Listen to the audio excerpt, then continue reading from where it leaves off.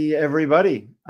Today for us is Wednesday the 23rd, but this is probably coming to you Thursday the 25th. We're pre-recording today. So hello, I'm Andrew Plank with the Vibe Real Estate Group, Vibe Collective with LePage. And we have Jen Lowe, mortgage broker with DLC Modern Mortgage Group. Yeah, and who don't we have? Jane Johnston from Yeah, Jean isn't here today. We miss you, Jane. Yeah. So today we are going to talk about a couple of things. Of course, we're always going to talk about the last week's stats and what happened. We're going to talk mortgage, and I'm sure there's just so much froth and stuff that's going on. Jen will have some really good things to say. And we're also going to talk about the border between the land and the water. And we're going to talk about waterfront properties because Victoria is very, very much a lot of waterfront. There, if you look at our coastline and our inlets and our fjords, we've got a lot of water. So if you're considering buying something that is adjacent to the water, we'll just talk about some of those things you might want to consider. So let's get into it. Oops, that's not the one. There it is. This is us, Victoria Real Estate Show. So Jen, why don't you launch in and give us a mortgage update on what's going on in the mortgage world? Sure. Well, we've got a pretty volatile interest rates right now. Fixed rates are increasing a little bit as they're tied to the bond yields, and the bond yields have been going up. So unfortunately, we're seeing a bit of a bump in interest in fixed rates, but I'm hoping that's going to be short-lived. Right. Yeah. Okay, so people looking to buy a home right now, if they like fixed rates, they are going to be paying a little more than they might have in the last while. But then the variable rates, how are the options for that compared to the last year? Those haven't changed. Well, they've actually, variable rates have come down if we're considering the last year. Yeah. Because prime rate has come down quite a bit. We're hoping, and the current projection in June, that prime rate could potentially drop by 0.25%, which then would mean variable rates would be officially lower than fixed rates. Okay. And that's normally the case. That's been the standard fare for years, but it's inverted in recent times. Yeah. For about the last 2 years, it's been not the way it should be. And fixed rates have been lower than the variable rates. Yeah. So let's talk about should be, because should be, something becomes common and long enough, then it's now the new should be. Is there a reason why it should be the other way around than it is today?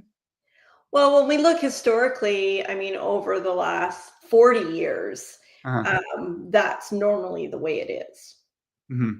Right? Is where variable rates, because the concept is that when you go for a fixed rate, you're paying a higher rate to have that peace of mind of knowing what your interest rate is for that fixed time period. Whereas variable rate, you're taking a little bit more risk because your rate's going to fluctuate. Yeah. Okay. Yeah. So, okay. So we're hoping for another quarter point on the variable. Our fixeds are a little higher right now. And no, they're a little lower right now. I'm already confused. Yeah. Fixed rates have just been bumping up a little bit. And 0.1%. Yeah. We've been getting updates. The big green bank increased their fixed rates 3 to 5 year terms today. And a few other lenders are following suit. Okay. Effective tomorrow. All right. So let's talk quickly about the stats, what's happened in the last week and what we're seeing. So we do monitor what's happening week over week, and we've had 670 properties listed this week in the last 7 days. That's quite a few, especially compared to the week before. That's a huge jump. Yeah. Now, I do think this may have something to do with the long weekend. Again, if you were looking to launch a listing live before the long weekend, then you would have potentially had hordes of bunny rabbits coming through your home looking to buy. And that might not have been what you wanted. So put it off for the week and then list this week. And that might be part of it. That being said,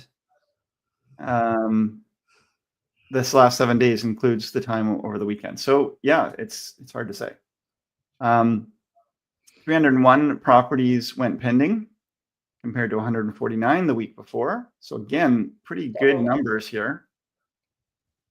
And then, you know what? I must say, the way I'm seeing this, because I'm going to have to double check with my assistant. This may have been done incorrectly, and this might be additive. Maybe we've gone from 377 to 670, and I apologize, folks. I'll double check this. But this just seems kind of interestingly doubling. Yeah. So moving on, we've got 74 expired versus 40 expired the week before. Now, month to date so far, and today again is the 23rd, and we'll be broadcasting to you on the 24th. And actually, this would have been updated on the Monday, which would have been the 21st, just to confuse everyone. Net unconditional sales as of the 21st of April, 264. It's pretty low considering we had 679 in the full month of April in 2024. New listings on market, 740. And again, pretty low compared to the month last year, which was 1,620 for the full month. We still have, another 7 days or so to get somewhere, and we'll definitely be over 1,000. But are we going to hit 1,620? I don't think so. Total active listings, 3,228. So we're up above what we were at last year, which was 3,017. So our list to sell ratio has actually gotten better month over month.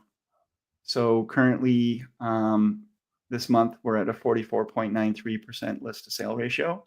And last month we were at a 39.52% list to sale ratio. So getting better on our sales, which is good news. That's a good sign.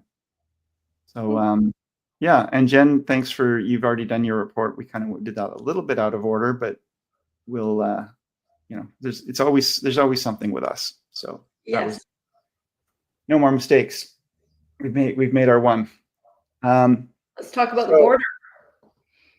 What's that? Let's talk about the border. Yeah. Navigating the edge. Let's get in here with. So did a blog post the other day about foreshore rights, docks, archaeological awareness, and we'll talk on the basics of this. Don't want to get into the weeds too much. Just keep it short and sweet and highlight that when you're buying a property that's near the water, some people think, hey, I'm buying waterfront and I own the beach and I own the ocean in front of it. And that's absolutely not true. Your ownership really just goes to the high watermark line, and anything below that high watermark line is actually is actually not yours. So that is something to look at. So we've got foreshore, aquatic crownland, and there's what's called the natural boundary. And foreshore is that strip of land situated between the high water mark and low water mark of streams, rivers, lakes, and the ocean. So in tidal areas, that's the high tide, low tide, kind of the highest high tides and the lowest low tides. In non-tidal areas, it's what is kind of the natural rhythm over the year of the high and low points of the lake or river. So beyond that, it's aquatic crown land. And that's all land, which includes the foreshore, from the high water mark outwards. And that's going to be, it says provincial jurisdiction. I always thought that was federal, but I think it's saying that's provincial jurisdiction. So that includes submerged land under lakes, rivers, coastal waters, and so forth. So that dividing line, the natural boundary, is an important piece to note. And you do want to check that out when you're buying any property near a waterfront. Other things that really get into people's interests when they're buying waterfront is because they're buying waterfront, they generally want that wonderful thing called a dock that gives them the access to, the ability to go out onto this dock and suntan or launch a boat or have a party or whatever it is. And there are different rules for docks.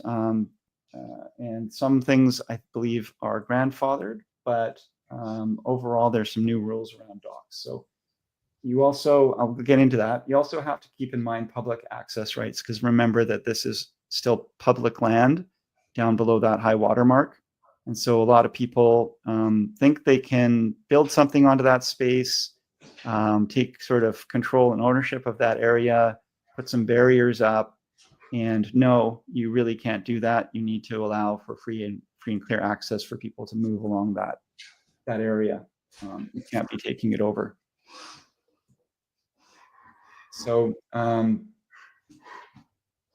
so again, if you are looking to buy, I'm not going to go into the deep weeds because nobody wants that.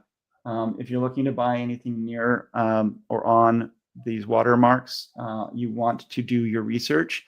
You want to talk to experts. You want to understand your rights. One of the main things, so again, going back to a couple of things, let's just go down to docks here. Permission is required for private use. And so foreshore, you can get tenure and permissions for the use. And so, for example, authorization for private moorage. Decks are like, again, the major question we all get. And when you're buying a property that has a deck in place, you may not actually have the right to continue using that deck. So it's really important, again, when you're buying something waterfront, to understand what you're getting. So permissions for decks can be general or specific. General permission means if it adheres to and meets the criteria for a deck in an area that allows the decks, then you can put the deck in. And that's kind of, I believe that's relatively recent and a pretty nice thing to know. But you do need to make sure it meets the right size, it's got the right construction materials, it doesn't impede public traffic and all of those things. And there are areas that these are allowed under the general permissions, and there's areas that they are not. So that's just another thing to keep in mind. And so again, the general permission, it's only if all the strict criteria are met, and then you can, you don't really need to make an application. You can build your dock and away you go. There's no application fee, there's no ongoing rent. If you need specific permission, then you're going to have to make a formal application to Front Counter BC, who is the body that deals with, collects the fees, and administers, I guess, the rules. So that's a good place for you to check out. And then there's some additional requirements under the provincial authority that you want to make sure you comply to. And there is an application process for that specific permission, and we've outlined it here for anybody who does want to go through that process. I would just double check because we used AI to help build this. It's not always fully correct. But this is a fairly comprehensive, good checklist for folks to get started. Now, are there different rules for fresh and salt water? Fundamentally, they're equal between fresh and salt water for these legal principles. Crown still owns the, provincial Crown owns the aquatic land below the natural boundary in both contexts. And public rights exists for public access rights exist on the foreshore still. So not really legally a different definition between saltwater and freshwater, which surprised me, honestly. I always thought it was that. And then The other thing, and this really catches a lot of people who are looking to buy, and it could be you could be buying a place anywhere, but the chances are much improved. The chances, what's it called? The possibility is much higher of finding an archaeological site, something of significance, when it's near the water, because of course humans love to live near the water, and there would possibly be found some evidence of past human habitation that could then flag this as an archaeological site. And at that point, development will be limited around the area that that archaeological item or area was identified. So you want to definitely check the Heritage Conservation Act. They do have maps of areas that they have already identified of interest. It might be you're buying a property that already has this identified, and it's not easy. It's not something you're going to just see on a general map on Google Maps. It's not something you're going to see on the title of the property. It's something you have to go doing a little bit of digging for. And then if you buy this old house on this big piece of land that's waterfront, and you decide you want to build a behemoth large house and a big deck and so forth, and the dock and all of those things, and only to find out that there are certain areas you cannot build on, or you may not be able to build anything of the size you want because you're restricted to certain areas already existing. So really important to check for archaeological sites, and you can do an application to the Heritage Conservation Act for them to do a report.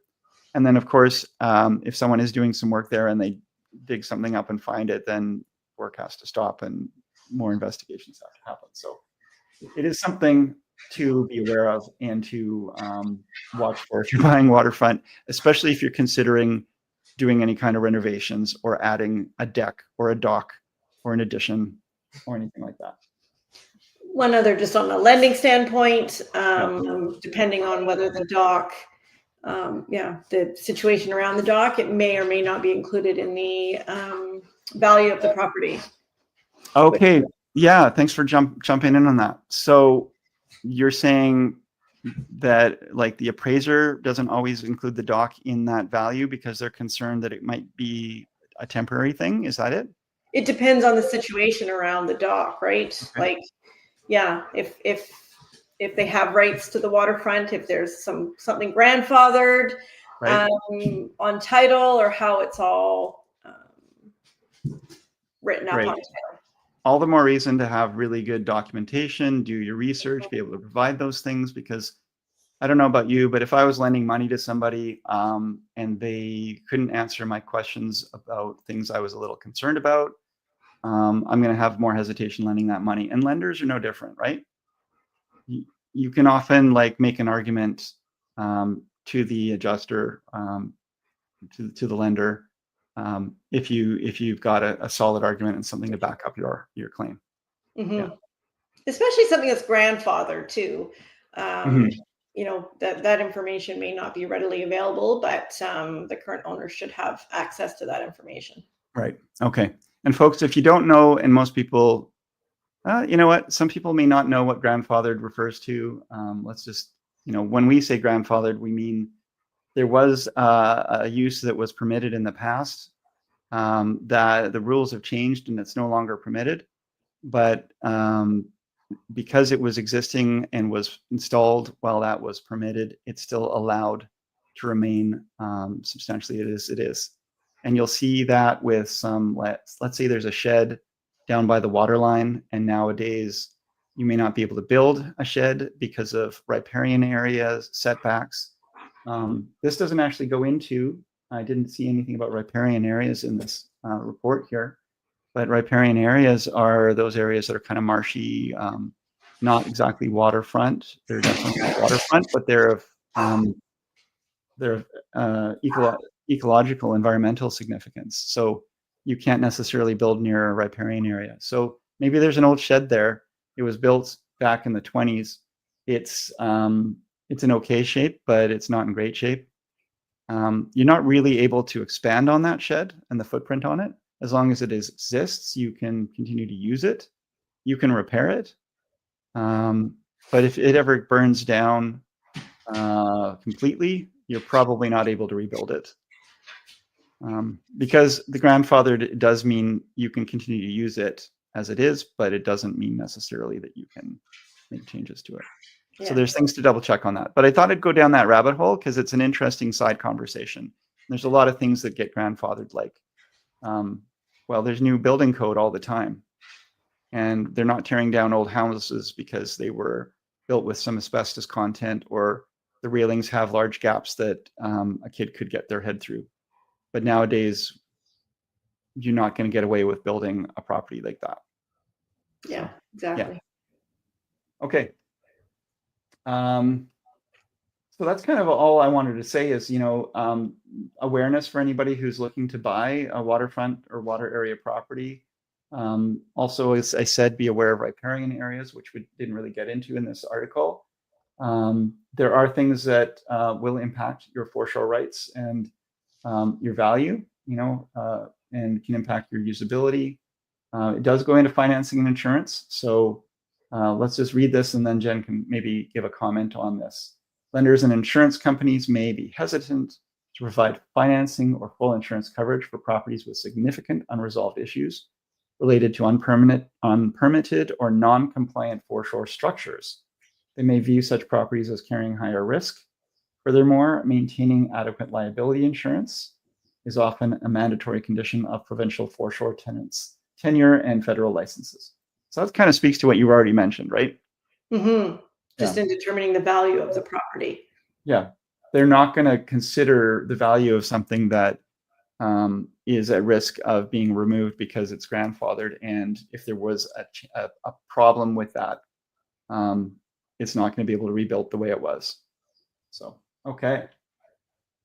So people access this is on your blog. Yeah, so go to the realvibe.ca website. That's realvibe.ca. And under the news section, which is our blog section, you'll find this. And you can also just Google the Vibe Collective, and then this is called Navigating the Edge, Foreshore Rights, Docks, and Archaeological Awareness for Greater Victoria Waterfront Properties. Okay. That's awesome. Yeah. So that's that. We can move on, and that was great. So, hey folks, if you like what you're seeing, if you like what you're hearing, please just hit that like button so that you get we get a little bit more boost out there, and that you maybe get a notification, especially if you subscribe. We'd love to hear your comments and feedback. And obviously, if you know somebody who could make use of this information, please share it. We'd love to get this moving far and wide. So if you also want to talk to me about anything real estate related, I also like to talk about any other subjects, but that's a whole side matter. Give me a call. I'm at 250-360-6106, and you can email me at info@andrewplank.com. My website is andrewplank.com, and as mentioned, realvibe.ca. Jen. Awesome. Yeah, I am at 250-217-4925. Email is jen@jenlowe.ca, and my website is jenlowe.ca. Great. And then we've got Jane, our missing Jane, and she is with the Briar Hill Group. She is licensed with RE/MAX Camosun. She can be reached at 744-0775. So text her and ask her where she is. And she is available by email at jane@briarhillgroup.com. And you can find more information on her website, briarhillgroup.com, as well. So thanks. We're the Victoria Real Estate Show. We come to you Thursday mornings, generally at 9:30 a.m. Sorry we weren't live today, but I don't think anybody will miss that. And any last comments there, Jen? I'll look forward to chat with you again next Thursday at 9:30. Absolutely. Looking forward to it as well. Have a All right, great folks. Thanks so much. Bye now. Bye now.